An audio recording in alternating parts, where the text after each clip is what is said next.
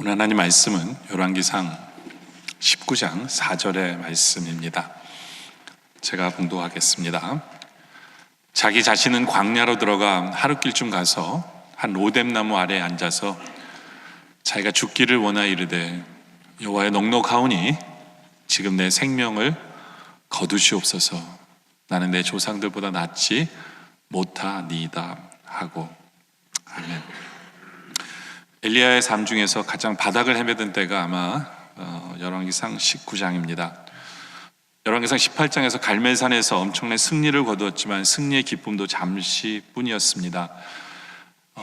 19장 2절에 보면 이세벨이 사신을 엘리야에게 보냅니다.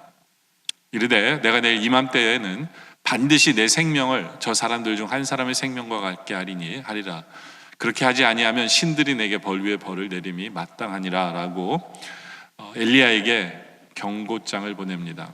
협박장을 보내죠. 그런데 그 협박을 들은 엘리야는 바로 3절에 어떻게 하느냐, 그가 이 형편을 보고 일어나 자기의 생명을 위하여 도망하여 유다에 속한 부엘세바에 이르러 자기 사환을 그곳에 머물게 했다. 히브리 성경에 보면 그는 보았고 그는 일어났고 그리고 그는 도망쳤다라고 표현합니다. 다시 말해서 중간에 어떤 주저함이나 망설임 없이 도망친 거예요. 한마디로 말하면 엘리야도 자기가 심히 놀란 것 같아요. 자기가 그렇게 겁쟁이였던 것에 대해서. 그리고 엘리야는 철저하게 좌절합니다. 그리고 그는 광야의 로뎀나무 아래에서 하나님 앞에 이런 고백을 하게 이릅니다. 4절에 보니까 자기 자신은 광야로 들어가 하룻길쯤 가서 한 로뎀나무 아래에 앉아서 자기가 죽기를 원하 이르되 여호와의 넉넉하오니 지금 내 생명을 거두시옵소서라고 하나님 앞에 죽여달라고 이야기를 합니다. 여러분들, 우리도 살아가면서 너무나도 힘이 빠질 때가 있습니다. 그리고 참 많은 위기가 올 때도 있어요. 그죠?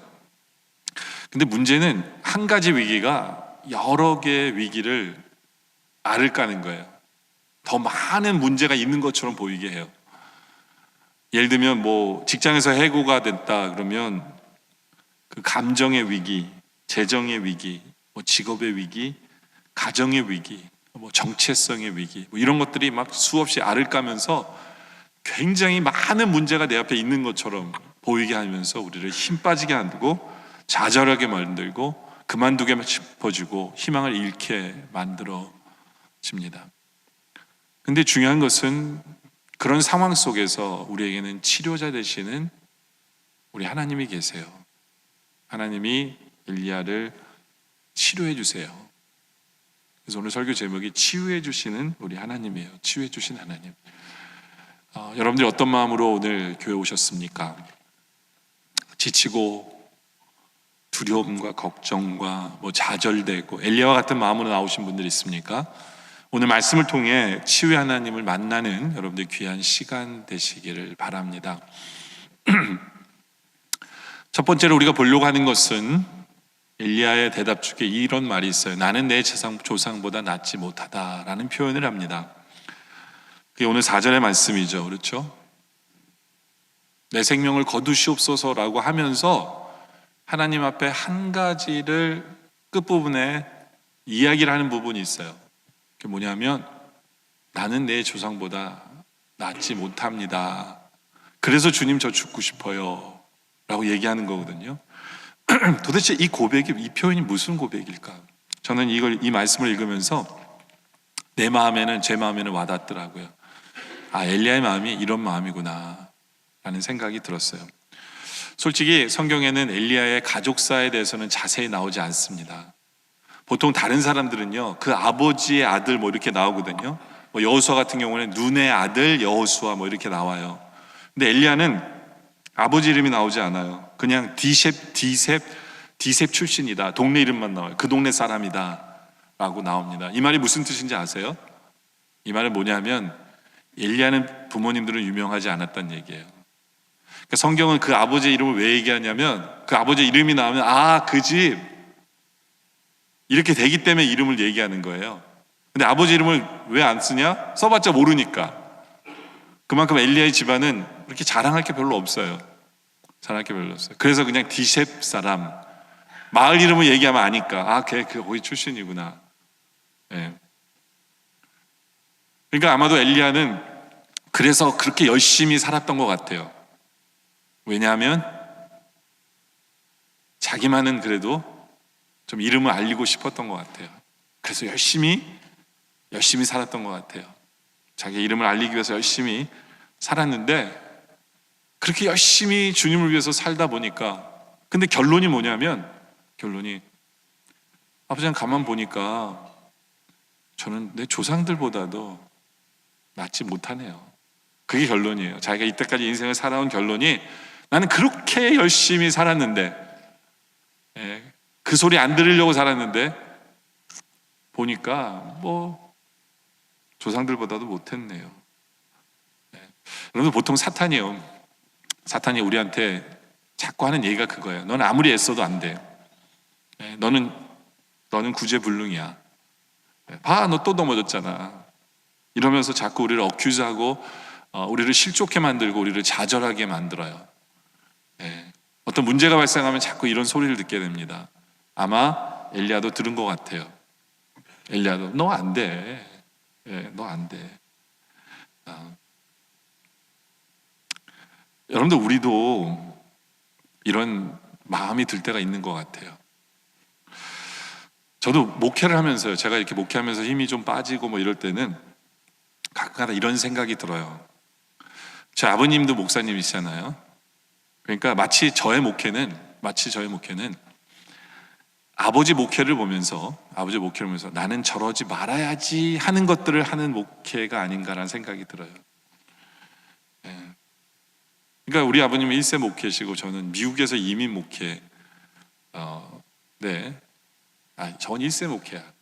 이민 목회는 이래야지 저러면 안 돼 하면서 그 방법을 저의 목회에 접목시키는 부분이 은근히 있다라는 생각이 들어요. 그리고 어쩔 땐 속으로 그래도 웬만큼 내 생각이 맞아떨어졌어 라고 하는 생각이 들기도 해요. 근데 나이를 먹으면서 저는 저희 아버지가 이해가 돼요. 그래서 그렇게 하셨구나. 그래서 하셨구나. 그러면서 저희 아버님에 대해서 존경하는 부분도 생겨나요. 우리 아버님 열정이 진짜 대단하시다. 교회를 위한 열정, 하나님 나라를 위한 열정, 그리고 성도를 사랑하는 열정, 참 대단하시다. 왜냐하면 저희 아버님은 목회를 하면서 몇 번이고 교회가 깨졌는지 몰라요. 100명 올라서면 다시 50명 되고 100명 올라서면 다시 50명 되고. 근데 우리 아버님은요, 한 번도 포기한 적 없으세요. 계속 개척교회 하세요. 힘있게 하세요. 놀랍도록 그 열정이 대단해요. 저 같으면 그렇게 그만두고 싶었을 것 같아요. 그만두는데 저희 아버님은 지금 80이 넘으셨는데도 교회를 하세요. 아마 제 믿음이 안 되니까, 저는 어려움 있으면 그만둘까 봐 하나님이 그렇게 하시는 게 아닐까라는 생각이 들 정도로 저희 아버님은 열정이 끝도 없으세요. 성도들한테 그렇게 배신을 당했으면 그만해도 될 텐데 성도들을 끝까지도 믿고요, 끝까지 사랑하시고 그러세요. 80이 넘으셨는데도 한국이나 사방에 다니시면서 지금도 설교하러 다니시고요, 집회 인도하러 다니시고, 그러니까 저보다 훨씬 더 바쁘세요. 한마디로 말하면 어디 계세요? 그럼 어느 나라야? 이러세요. 그러니까 저보다 훨씬 많이 돌아다니세요. 젊은 저보다도.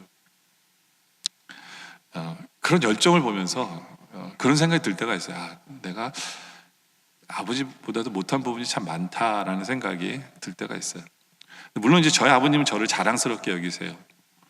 저의 착각이 아니라, 어떻게 하냐면 저희 아버님이 사람들한테 제 자랑을 하고 다니시니까 제가 알아요. 근데 저의 결론은 내가 참 아버지보다 못한 부분이 많다라는 생각을 하면서, 그래서 우리 아버님은 그런 결정을 하셨고, 그래서 우리 아버님은 그런 일들을 하시는구나라는 이해되는 부분이 많아요.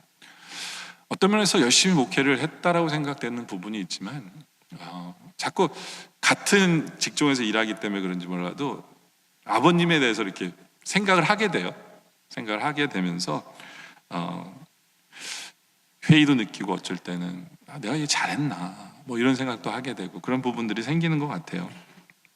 엘리야도 어떤 면에서는 그런 부분이 아니었나라는 생각이 들어요. 나는 잘하고 있나? 내가 적어도 우리 아버지보다, 우리 조상들보다는 나는 잘하고 있나? 근데 결론이 아닌 것 같다라는 거예요. 아닌 것 같다. 근데 재밌는 거는요, 사탄은 어떤 면에서 엘리야에게 자포자기 하라고 그 마음을 줬는지도 몰라요. 근데 엘리야의 이 마음이 귀한 거예요. 어떤 면에 있어서는 하나님이 그것을 역전시켜서 오히려 그 마음 때문에 엘리야는 하나님을 더 찾는 거예요. 그 마음 때문에 하나님이 필요하다는 걸 느끼는 거예요. 엘리야는 어떤 면에서 갈멜산에서 그 불을 내리고 하는 거, 이게 자기가 했다라는 생각을 하는 부분도 있었을 거예요. 근데 자기는 아무것도 아니라는 생각을 하면서 그래서 하나님 앞에 나와서 기도하는 모습으로 하나님 앞에 다 내어 쏟는 거거든요. 그러니까 엘리야는 자포자기가 아니라 오히려 그 마음으로 하나님 앞에 나오는 거예요.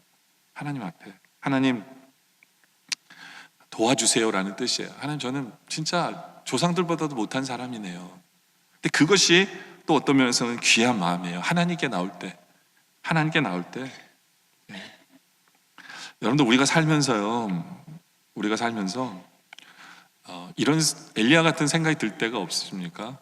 저가 있다 보니까 저는 마음이 와닿더라고요. 혹시 여러분들은 나는 그래도 누구보다는 더 나은 삶을 살아야 되는데 라고 생각하면서 열심히 살았는데 지나 보니까 그런 것도 아닌 것 같다라는 생각이 들 때가 있지 않아요? 근데 그 마음이 좌절하는 마음이 아니고요, 오히려 하나님을 더 의지하고, 하나님께 더 기도하고 하나님께 더 아뢰는 마음으로 주님 앞에 나오면 우리 하나님께서 여러분에게 위로해 주시고, 누구랑 비교하면서 우리 하나님이 대답해 주시는 게 아니라, 아니야, 너 잘하고 있어, 나는 너를 사용할 거야 라고 우리 하나님께서 우리를 위로해 주시고 치유해 주실 것이다 라는 거죠. 그런 마음으로 주님 앞에 나오시길 바랍니다. 우리 하나님은 그런 엘리야에게 어떻게 오시느냐, 어루만져 주신 하나님으로 나오세요. 5절에 보니까 로뎀나무 아래 누워서 자더니 천사가 그를 어루만지며 그에게 이르시되 일어나서 먹으라 라고 얘기합니다.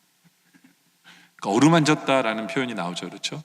근데 7절에 가서 또 얘기해요. 7절에 가서 또 여호와의 천사가 또 다시 와서 어루만지며 일어나 이르되 일어나 먹으라. 내가 갈 길을 다 가지 못할까 하노라. 어루만졌다. 영어로 말하면 터치했다는 얘기예요. 터치했다. 저는 이번 주 설교를 준비하면서 자꾸 이렇게 부모님 생각이 많이 나더라고요. 누가 언제 나를 어루만져 준 적이 있을까라고 생각해 보니까 우리 어머님이 이렇게 둔 너 있으면 머리를 이렇게 쓰다듬으면서 어루만져줬던 그 기억이 나더라고요. 그때 굉장히 편안하고 평온하고 좋았던 것 같아요. 우리 하나님께서 어루만져 주신다는 느낌이 그런 느낌이 아니었을까? 근데 커서는 아무도 저를 그렇게 어루만져 준 적은 없는 것 같아요. 우리 애들이 그럼 버릇없다 그러겠죠 아마. 근데 그때가 참 좋았다라는 생각이 들면서 겹치는 것 같아요. 하나님이 나를 그렇게 어루만져 주시는 분이구나. 그것만으로도 힘이 나는 것 같아요. 그리고 이 말씀이 진짜 감사한 게 뭐냐면 우리 하나님이 혼내지 않았다는 거예요. 지쳐있는 도망자의 신세인 엘리야를 혼내지 않았다는 거예요. 보통 우리는 그러잖아요. 야, 내가 너한테 베푼 능력이 얼마나 되는데 너 여기 도망와 있냐, 너 이렇게 겁쟁이야. 너 내가 불을 내린 거 너를 통해서 불 내려가지고 그 수많은 그 바알과 아세라 선지자들 다 죽였잖아. 너 지금 왜 여기 있냐? 라고 주님이 책망하실 만도 한데 우리 주님은 책망이 아니에요. 그걸 어루만져 주시는 거예요. 위로해 주시고 어루만져 주시는 것이 우리 하나님이다라는 거예요. 우리도 좀 배울 필요가 있는 것 같아요. 남편과 아내가 살면서 인생에서 힘든 일들을 만나면 이렇게 어루만져 주는 관계가 되면 얼마나 좋을까요? 그죠? 부모와 자녀의 관계 속에서 힘든 상황을 만날 때 서로 어루만져 주며 위로가 되면 얼마나 좋겠어요. 그런 관계가 우리가 돼야 돼요. 저와 저희 아내를 자랑을 하자면 만약에 제가 차 사고를 내거나 어디 가서 티켓 띄우잖아요. 저희 아내는 저한테 잔소리 하나도 안 해요. 그리고 뭐라 그러냐면 괜찮아? 괜찮아? 그럼 됐지 뭐. 그래요. 저도 똑같이 해요. 그러다 보니까 저희 아내가 어디 가서 티켓을 띄우든가 가만 보면 저희 와이프가 사고를 더 많이 냈어요. 근데 서로 그냥 예. 여러분 생각해 보세요. 티켓 띄고 오면 안 그래도 기분이 더럽거든요.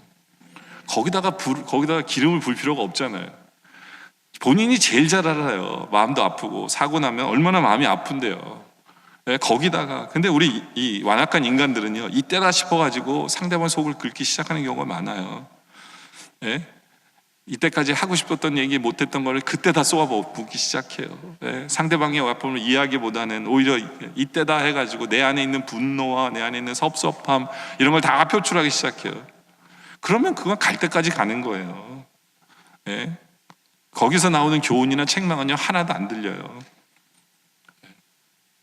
우리 하나님 우리를 이해해 주시고 위로해 주시는 분은 우리는 배워야 돼요. 그렇죠? 그렇게 치유해 주시는 거예요. 어루만져 주시는 우리 주님. 네. 또 우리 하나님께서 어루만져 주시는 방법이 또 뭐냐면 먹여주세요. 6절에 보니까 본즉 머리맡에 숯불에 구운 떡과 한 병 물이 있더라. 이에 먹고 마시고 다시 누웠더니, 그렇죠? 네. 잠을 자고 있어요. 근데 하나님 또 깨우셔서 야, 먹고 자야지 라고 하시는 거예요. 여러분들은 잘 모르지만 저는 배고픔 잠이 안 오거든요. 엘리야도 저 같은 것 같아요. 먹고도 자. 하나님이 그거 다 아시고 먹여주시는 그 하나님의 터치, 그 하나님의 만져주심, 그리고 다시 쉬게 하시는, 다시 자게 하시는 그 하나님의 터치, 그 하나님의 어루만져주심. 몸은요 건강해야 이 주의 일도 할 수 있어요. 주의 일도, 성령 충만도 건강해야 되는 것 같아요. 어떨 때 보면 저는 그 두통이 시작되기 전에 항상 오는 심틈이 있어요. 바로 저는 골치가 아픈 게 아니라 항상 제 눈이 뿌옇고 이렇게 초점이 흐려져요. 그리고 어딘가에 제가 이렇게 잘 안 보인다라는 느낌이 들잖아요. 그럼 그 다음에 바로 두통이 오더라고요. 근데 그런데도 제가 약을 안 먹고 있다가 두통이 오잖아요. 그러면 너무 힘든 거예요. 너무 머리가 아파서.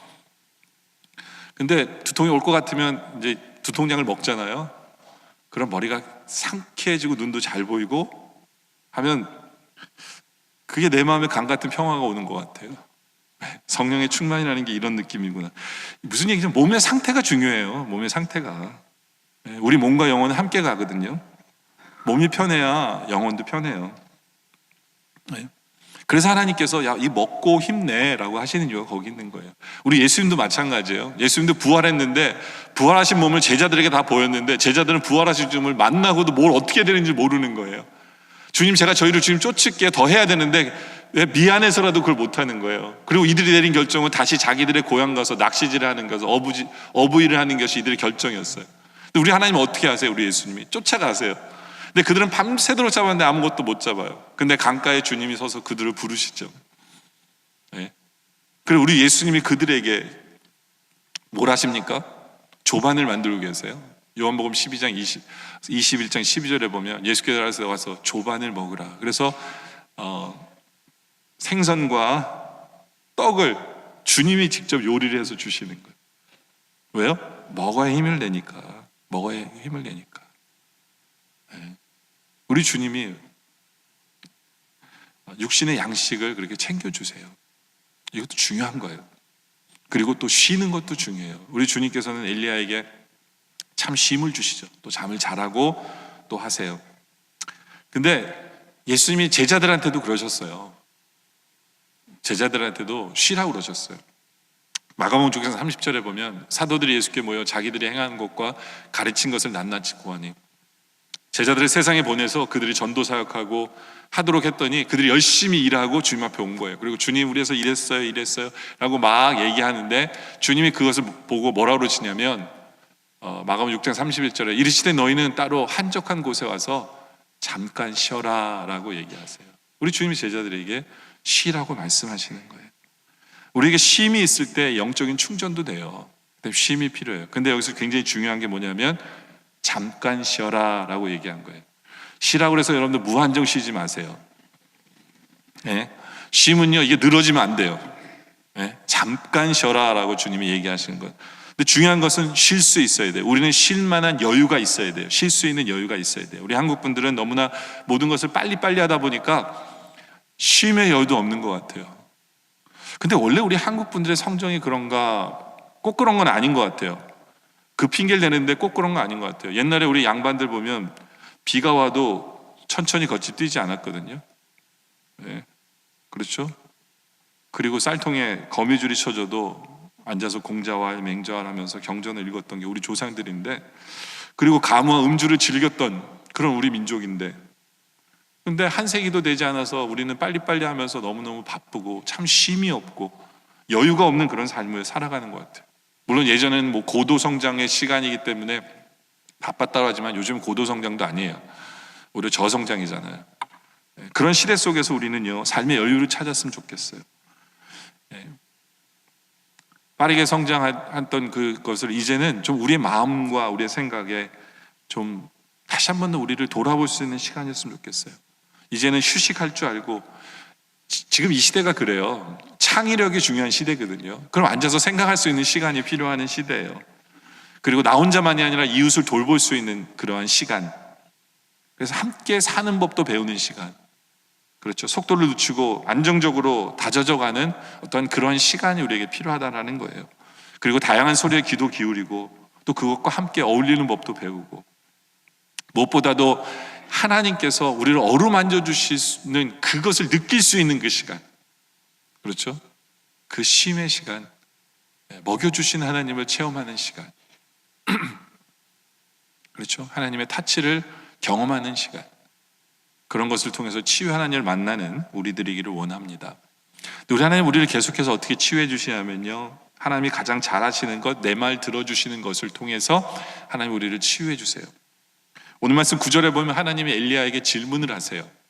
엘리야가 그곳 굴에 들어가 거기서 머물더니 여호와의 말씀이 그에게 임하여 이르시되, 엘리야야, 내가 어찌하여 여기에 있느냐. 그렇죠? 엘리야가 굴 속에 들어가서, 깜깜한 굴 속에 들어가서 숨어 있어요. 근데 하나님 물으세요. 야 엘리야야, 너 왜 내가 여기 있느냐 라고 얘기하세요. 질문을 하세요. 보통요, 사람이 우울증에 걸리고 디프레스가 되면 말하기도 싫어요. 그러니까 그 사람이 말할 수 있는 질문을 던져야 돼요. 하나님 듣고 싶은데 얘기를 안 하는 거니까 하나님 어떻게 하세요? 그게 질문을 던지는 거예요. 왜 네가 이 굴 속에 있느냐. 이 말은요, 여러 가지 의미가 다 포함되어 있어요.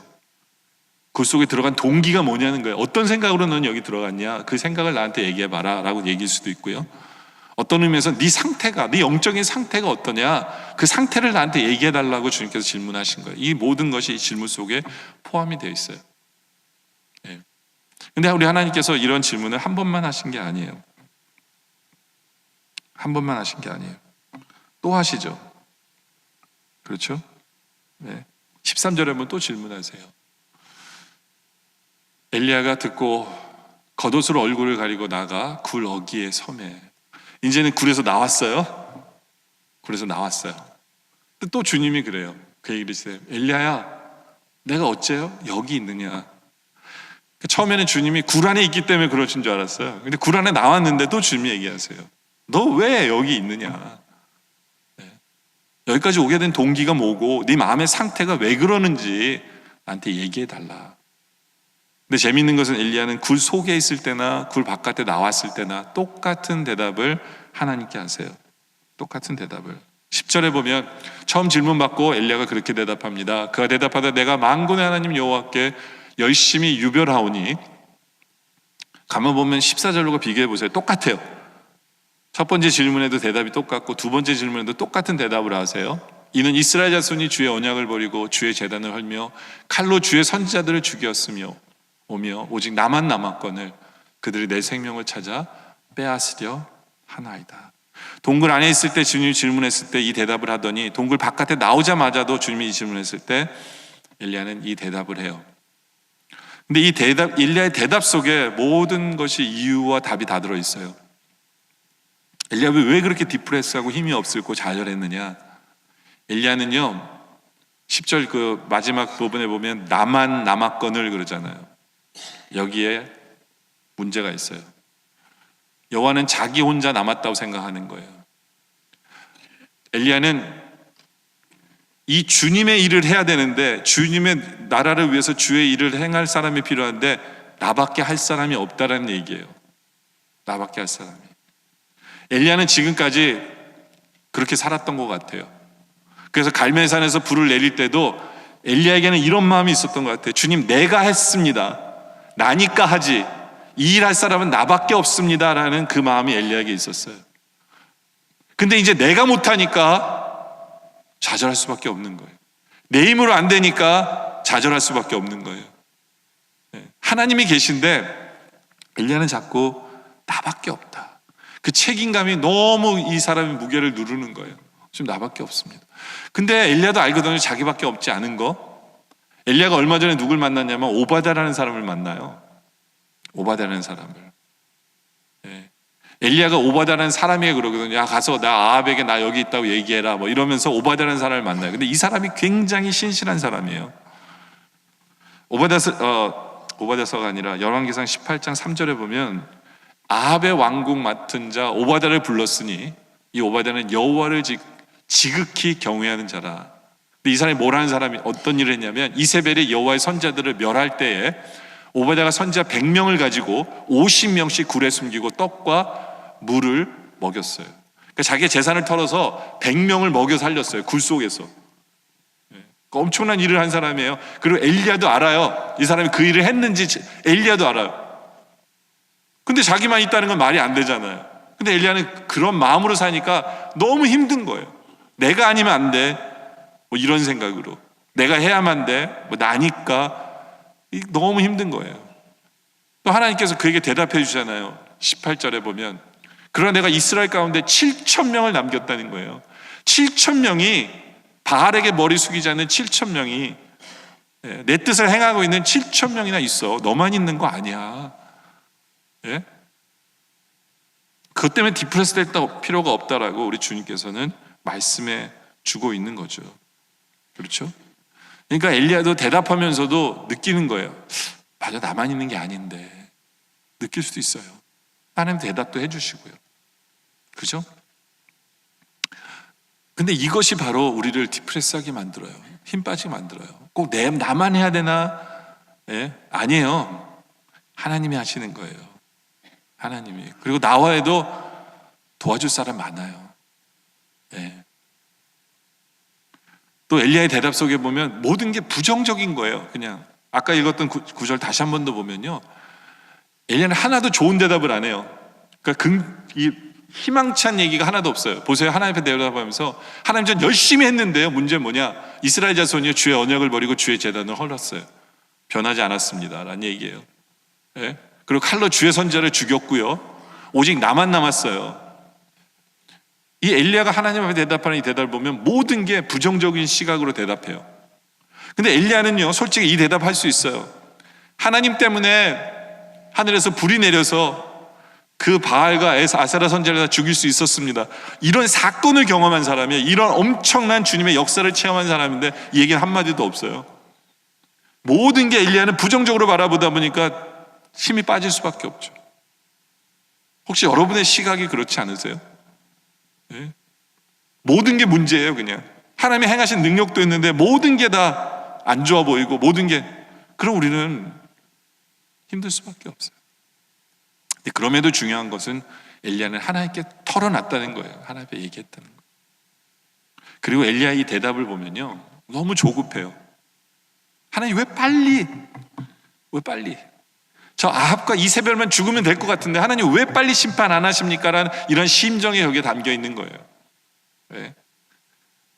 우리도 너무 조급할 때가 많아요. 하나님 왜 빨리 안 해주세요? 네? 채석장에서 돌을 캐면서 왜 건물이 빨리 안 됐느냐고. 네? 배추밭에 배를 씨를 뿌리면서 이 배추배에서 김장 담가야 되는데 왜 빨리 안 자라지 모른다고. 그런 심정을 우리 모두가 갖고 있어요. 많은 분들이 그렇게 얘기해요. 내가 우리 남편의 구원을 위해서 기도했는데 우리 남편은 아직도 끄떡없다고.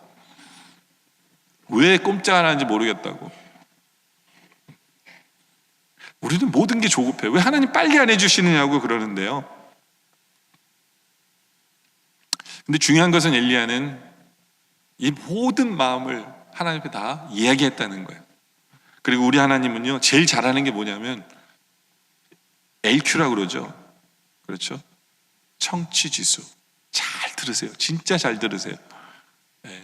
그리고 우리 하나님은 우리가 그런 얘기를 하기를 원하세요. 그래서 그 질문한 거예요. 네 속마음에 있는 것을 다 토해내라고. 속마음에서 토해내는 것은요, 마치 나쁜 공기를, 내 몸속에 있는 나쁜 공기를 빼내는 거랑 똑같대요. 그러니까 그 말을 들어주신 우리 하나님이 있기 때문에 우리는 다 하나님 앞에 쏟아놓을 필요가 있어요. 쏟아놓으면서 위로받고요, 쏟아놓으면서 이거는 하나님이 해주실 거구나, 쏟아놓으면서 이거는 내가 잘못이구나, 우리가 깨달을 수도 있어요. 근데 하나님 앞에 다 쏟아놓으세요. 하나님은 듣고 싶으세요. 그래서 우리 하나님이 여러분에게도 질문하는 거예요. 네 상태가 어떠냐? 네가 왜 지금 여기 있느냐? 여러분에게 똑같은 질문을 던지세요. 여러분의 상태를 하나님 앞에 아뢰세요. 여러분 어떤 마음으로 오세요? 어떤 상태세요? 영적으로 어떠세요? 육적으로는 어떠십니까? 정신적으로는 어떠세요? 하나님 앞에 쏟아, 그것만으로도 이미 치유는 시작이 돼요. 하나님 듣고 싶으세요. 그리고 잘 들어주시고 대답도 해주세요. 네 번째, 우리 하나님께서 우리를 치유해 주시기 위해서 우리에게 이런 말씀을 주세요. 일상 속에 음성 듣는 것에 대해서 감사해야 된다고. 11절에 여호와께서 엘리야에게 이걸 보여주세요. 여호와께서 이르시되 너는 나가서 여호와 앞에서 산에 서라 하시더니 여호와께서 지나가시는데 여호와 앞에 크고 강한 바람이 산을 가르고 바위를 부수는데 바람 가운데 여호와가 계시지 아니했대요. 또 바람 후에 지진이 있었는데 지진 가운데도 여호와께서 계시지 않아요. 또 12절에 지진 후에 불이 있었는데 불 가운데서도 여호와께서 계시지 아니했대요. 이게 세 가지의 장면이 나오죠. 그렇죠? 엄청난 바람이 불어요. 바위를 깨뜨리는 그런 바람이 불어요. 근데 주님이 계시지 않았어요. 지진이 일어났어요. 근데 거기도 여호와가 계시지 않았어요. 불이 있었어요. 마치 갈멜산에서 내린 여호와의 불을 연상케 하는 그런 불 가운데, 근데 보니까 주님이 거기 계시지 않았어요. 주님이 어디 계셨어요? 12절 뒷부분에 맨 마지막에 세미한 소리가 있는데 그게 주님이셨어요. 주님이 거기 계셨어요. 세미한 소리예요. 근데 여러분들 이 말씀에 오해하면 안 돼요. 우리 하나님은 바람 가운데 안 계신다라고 하면 안 돼요. 왜냐하면 신약에 보면, 사도행전 2장에 보면 주님이 바람같이 임재하세요. 오순절날의 임의로 저희가 다 같이 한 곳에 모였더니 호련히 하늘로부터 급하고 강한 바람 같은 소리가 있어 저희 앉은 온 집에 가더니 성령님이 강한 바람과 함께 오신 거예요. 바람처럼 오신 거예요. 그러니까 하나님이 강한 바람 속에 안 계신 건 아닌데 엘리야에게 알리고 싶으셨어요. 하나님은 지진 속에 안 계시냐? 계세요. 출애굽기 19장 18절에도 보면 시내산에 연기가 자욱하니 여호와께서 불 가운데 거기 강림하셨어요. 그리고 그 연기가 옹기점 연기같이 떠오르고 온 산이 크게 진동하죠. 여기 지진과 불 두 개 다 있죠. 불 가운데 주님이 계시고 지진 가운데서도 주님 계세요. 근데 굳이 엘리야에게만은 거기 하나님이 계시지 않는 것을 보여주신 이유가 뭘까요? 왜냐하면 엘리야는 작고 하나님의 이적을 행함 속에 살았던 사람이에요.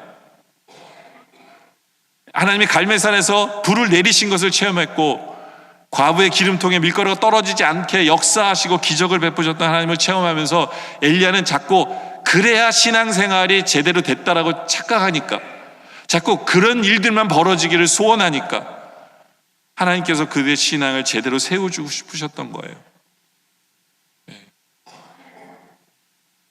여러분들, 우리는 기억해야 돼요. 우리 하나님이 원하시는 건요, 비상보다는 통상이에요. 이적보다는 일상생활 속에서 우리에게 음성 들려주시는 건 바로 거기에 우리가 귀를 기울이고 감사하길 원하시는 거예요. 여러분들, 우리 삶을 한번 돌아보세요. 우리 인생의 99%는 하나님의 이적을 체험하지 않아요. 1% 정도 하나님의 이적을 체험해요. 그러니까 우리 하나님이 기적을 행하시는 분이 아니라는 거 아니에요. 언제든지 기적을 행하실 수 있는 분인데, 우리 하나님이 일상적으로 우리에게 하시는 것은 말씀을 주시는 거거든요. 그게 일상이에요. 근데 우리는 그것을 하찮게 여기고 오직 기적과 이적만, 어떤 정서적인 흥분, 그런 것만을 느끼기를 원한다면 우리의 신앙은 엉망이 될 수밖에 없어요. 엘리야의 문제가 바로 거기 있었던 거예요.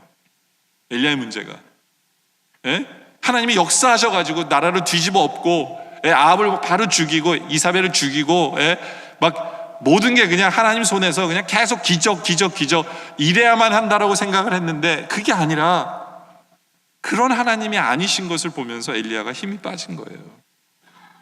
여러분들, 위대한 사람은요, 작은 일에서 위대한 것을 발견하고 일상생활 속에서 하나님을 발견하는 사람이 그게 진짜예요. 그게 진짜예요. 어떤 과학자가 연구실문에 이렇게 써 있어요. 경건하십시오. 하나님이 여기 계십니다.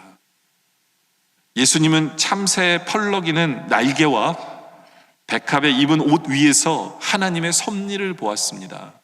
일상생활 속에서 하나님을 만나야 돼요. 하나님의 세미한 음성을 들으면서 이것이 진짜 귀하고 이것이 은혜라고 여길 때 우리는 그 말씀을 붙들게 되는 거거든요. 그것을 하찮게 여기면 안 돼요. 네. 여러분들이 너무 기적만을 사모하면 여러분의 인생은 힘들 수밖에 없어요. 저는 여러분들이 그러지 않았으면 좋겠어요. 왜냐하면 기적이 이루어지려면 여러분 인생이 쫄딱 망하든가 죽을 병에 걸려야만 기적을 체험할 거거든요. 근데 자꾸 그런 쪽으로만 사모하면 여러분의 인생은 힘들 수밖에 없어요.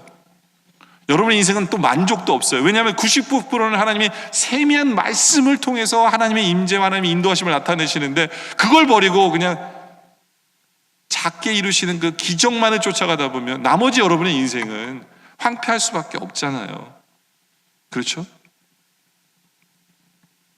세미한 음성에 귀를 기울이고 귀하게 여기고 감사하며 그것을 은혜로 여길 줄 아는 우리들이길 원해요. 기도도 마찬가지예요. 여러분들 기도할 때도 기적으로만 응답하시는 것을 바라지 마세요. 평소에 우리의 생활 속에서 응답해 주시는 그 하나님을 볼 수 있어야 돼요. 표적과 기사와 화끈하게 응답하시는 그것을 꽂히지만 여러분들은 항상 낭망하게 돼요. 우리 하나님은 조용하게 역사하시는 하나님이에요. 아까도 얘기했죠. 먹이시는 것도 하나님의 터치예요. 잠을 자게 하시는 것도 하나님의 터치예요. 하나님의 어루만짐이심이에요. 그걸 볼 수 있어야 돼요. 나의 매 순간에 하나님이 함께 하셔서 이루어지는 것들이에요. 모든 것이 다 은혜고 귀한 거예요. 그렇게 여길 때 우리는 균형 잡힌 건강한 신앙생활 할 뿐만 아니라 우리는 주님 때문에 힘을 얻게 돼요. 바로 그런 우리들의 모습이길 원합니다. 다섯 번째, 오늘은 다섯 번째까지 있어요. 포인트가 꼭 들려주고 싶었어요. 뭐냐면 우리는 킹메이커임을 기억하시며 힘을 내세요. 이걸 다른 말로 하면 우리의 인생은요, 목적과 사명이 있어야 돼요. 목적과 사명을 잃어버리면 우리는 자기 연민에 빠져요. 엘리야가 바로 문제가 뭐냐면 이제는 나는 할 일이 없다라고 생각하는 거예요. 다른 것을 할 수도 없다라고 생각하는 거예요. 그러면서 자기 연민에 빠지고 그냥 처지는 거, 주님 나를 죽여주세요. 지금 죽어도 좋사오니라는 얘기를 하는 거거든요. 여러분들 삶의 목적과 이렇게 해야 될 일이 없는 사람들은요, 더 피곤해요. 더 피곤해요. 더 인생이 허무하게 느껴져요. 회의적이고 우울해요. 얼굴이 밝지 못해요. 네. 삶에 맥이 없어요. 역동성이 없어요. 마치 바람 빠진 고무 풍선처럼 그런 모습으로 살아가요. 그런 엘리야에게 하나님께서 이제 그를 완전히 세우시면서 그에게 할 일을 주세요. 할 일을 주세요. 엘리야도 잠시 쉬었어요. 할 일을 주세요. 그게 뭐냐? 열왕기상 19장 15절에 여호와께서 그에게 이르시되 너는 내 길을 돌이켜 광야를 통하여 다메섹에 가서 이르거든 하사엘에게 기름을 부어 아람의 왕이 되게 하래요. 이 대단한 일이에요. 이스라엘 자기 나라의 왕을 세우는 게 아니라 남의 나라 가서 남의 나라 선지자가 남의 나라 가서 왕을 세우려는 거예요. 대단한 일을 하나님 시키죠. 근데 그 일을 한 거예요. 남의 나라 왕을 세우는 일을 이 사람이 해요. 그뿐만 아니라 16절에 너는 또 님시 아들 예후에게 기름을 부어 이스라엘의 왕이 되게 하라. 드디어 아합의 때는 끝나는 거예요. 이제 얼마나 익사이팅 했을까요? 그리고 끝나는 일을 누가 하는 거냐? 엘리야가 하는 거예요. 네.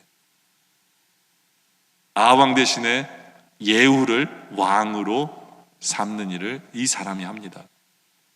우리는 이것을 뭐라고 그러냐면 킹메이커라고 불러요. 킹메이커. 엘리야는 킹메이커였어요. 그뿐만 아니라 이 사람은 아베무올라 사밧의 아들 엘리사에게 기름을 부어, 그렇죠? 그래서 엘리사를 기름을 부어서 선지자로 삼아요. 엘리사의 스승 엘리야는 자기 아버지 이름도 밝혀도 아무도 모르는데 엘리사는 그 아버지가 유명했나 봐요. 그죠? 아베몰라 사밧의 아들. 그렇죠? 그렇게 유명한 집안의 가문의 아들을 네가 별 볼지 않는 별 볼 일 없는 니네 가문의 아들이 네가, 하나님이 위로해 주시는 거예요. 하나님, 저는 우리 조상보다 못해요. 아니야, 너는 가서 그 사람을 네가 세우는 거야. 이 엘리사를 선지자로 세워요. 이 엘리사가 대단한 사람이에요. 엘리사는 선지자로 활동하면서 아람 왕의 침실에서 나누는 대화까지도 엘리사는 들었어요. 도청기가 있는지 다 들었어요. 다. 대단한 선지자. 이런 의미에서 엘리사는 영적인 왕이었어요. 영적인 왕을 누가 세워요? 엘리야가. 엘리야는 킹 메이커였습니다. 킹 메이커. 근데 이 엘리야가 하는 일이 뭐냐면 하나님이 하시는 일이에요. 하나님이 하시는 일이 뭐냐면 세상의 왕을 세우시는 분이 누구예요?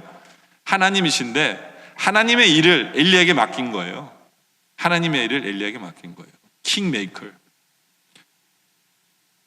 근데 여러분들, 우리가 분명히 기억해야 되는 게 뭐냐면 우리도 킹 메이커예요.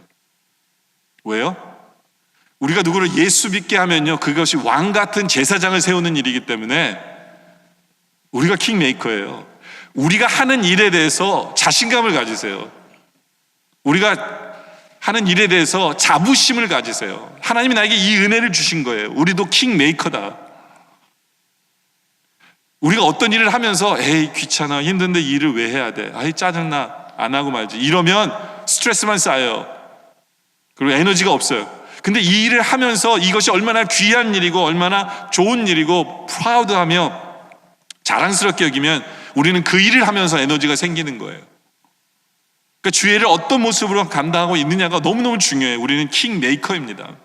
우리는 킹 메이커예요. 여러분들, 영적인 에너지는 어디서 오는 줄 아세요? 하나님의 일을 하는 데서 오는 거예요. 자신의 은사를 사용하는 데서 오는 거예요. 그럴 때 우리는 기쁨이 오고 하나님의 능력을 체험하며 하나님의 영광을 맛보며 이러면서 우리 안에 영적인 에너지가 생기고 우리의 몸이 건강해지고 우리의 마음이 평강을 누리고 우리의 삶이 형통하게 되는 거예요. 우리 예수님도 그런 얘기를 하셨어요. 요한복음 4장 34절에 예수께서 이르시되 나의 양식은 나를 보내신 이의 뜻을 행하는 것이다. 그 일을 온전히 이루는 것이 바로 나의 양식이고 나의 에너지야. 나에게 힘이 되는 건 뭐냐? 주님의 뜻을 이루고 주의 일을 하는 거야. 이것이 우리의 고백이길 또한 원합니다. 물론 여러분들은 이렇게 얘기할 수 있어요. 아까는 쉬라고 그러더니 이제는 일하래. 제가 아까 얘기했죠. 쉴 필요는 있지만 어떻게 하라고요? 잠깐 쉬세요. 쉬는 거는. 쉴 수 있는 여유는 있어야 돼요. 그리고 쉴 줄도 알아야 돼요. 그러나 우리는 주를 위해서 사명을 감당하며 일하는 그것이 우리에게 영적인 에너지가 되길 원해요. 그러려면 우리가 하는 일이 얼마나 귀한 건지, 얼마나 감사한 건지 생각해야 돼요. 저도 얼마나 힘이 나는지 몰라요. 제가 목회하면서 힘 빠질 때 나는 킹메이커야, 그런 생각하니까요 힘이 나는 것 같아요. 솔직히 이번 주 설교는 제가 치유받는 설교였어요. 여러분들은 어떨지 모르지만 제가 이 설교 준비하면서 힘이 나더라고요. 입에 찬양이 계속 나오더라고요. 하나님 감사합니다. 우리는 킹메이커예요. 이제 말씀 결론을 내리죠. 여러분들 혹시 지치고 힘드시고 왠지 모르는 두려움과 허전함을 느끼세요? 내가 왜 영적으로, 나는 교회를 다니는데 나는 왜 이럴까 라는 생각이 드세요? 그리고 다른 사람과 비교되며 아니면 식구 누구와 비교가 되면서 나는 그래도 그보다 잘하려고 했는데 나는 잘 못하고 있는 것 같은 느낌이 드세요? 오히려 그것 때문에 하나님을 더 붙드시기 바랍니다. 하나님께 더 기도하길 원해요. 하나님, 저 주님 없으면 못 살아요. 주님 도와주세요. 주님께 나아오기를 원합니다. 그리고 우리 하나님께서 지금도 여러분들을 만져주고 계시는데 그 만져주심을 체험하는 우리들에게 원해요. 지금도 우리에게 일용할 양식을 주시고 잠을 주시고, 그렇죠? 적어도 하는 일이, 주님께서 하시는 일이 적어도 그거예요. 그 외에도 우리를 많이 만져주시는데 그 만져주심을 체험하면 우리에게 치유가 있기를 원하고요. 너무 기적에 꽂히지 않고 우리에게 지금도 세미한 음성으로 우리에게 말씀 주시고, 우리의 일상생활 속에서 우리의 기도를 조용히 응답하고 계시는 그 주님을 바라보며 우리가 힘이 나기를 원합니다. 그리고 지금도 우리 말을 너무나도 잘 들어주시는 주님, 오늘 말씀을 통해서도 네 상태가 어떠하냐 라고 우리에게 질문을 던지는 주님 앞에 우리의 마음을 마음껏 쏟아내므로 말미암아 하나님께서 우리의 모든 기도와 모든 소리를 다 듣고 계신 하나님 때문에 힘을 얻는 우리들이길 원합니다. 그리고 우리가 하는 일은 바로 킹메이커이기 때문에 자부심을 갖고 자랑스럽게 여기며 우리가 주님을 섬기면서 영적인 에너지가 우리 안에 솟아남으로 말미암아 이제는 주님을 믿는 것이 우리에게 힘이 되고 기쁨이 되고 능력이 되는 그러한 고백이 넘치는 우리 모두가 되어지시기를 주님의 이름으로 축원합니다. 아멘.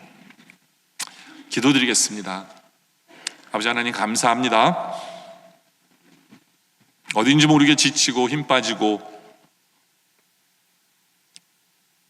나는 열심히 살았지만 내가 원하는 만큼 미치지 못하는 것 같은 그러한 상황 속에서 오늘 말씀 주시면 감사합니다. 나 이 마음 때문에 오히려 주님을 더욱더 의지하게 하여 주시고 주님께 더욱더 기도하게 하시고 주님 더 붙들게 하여 주시옵소서. 지금도 우리를 어루만져 주시는 그 주님의 손길을 우리가 경험케 하여 주시옵소서. 또 우리에게 질문을 던지시면서 우리가 주님 앞에 아뢰기를 원하는 그 주님의 모습 앞에 우리의 속을, 우리의 마음을 다 주님 앞에 털어놓음으로 말미암아 나의 모든 소리를 들으시는 주님을 만나게 하여 주시옵소서.